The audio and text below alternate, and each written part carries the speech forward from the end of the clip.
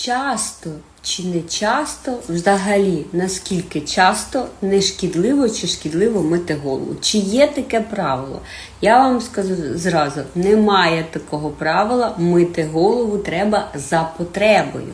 І якщо вам треба мити кожен день, мийте кожен день. Якщо через день, то через день. У кожної людини індивідуально виділяється кількість шкірного сала.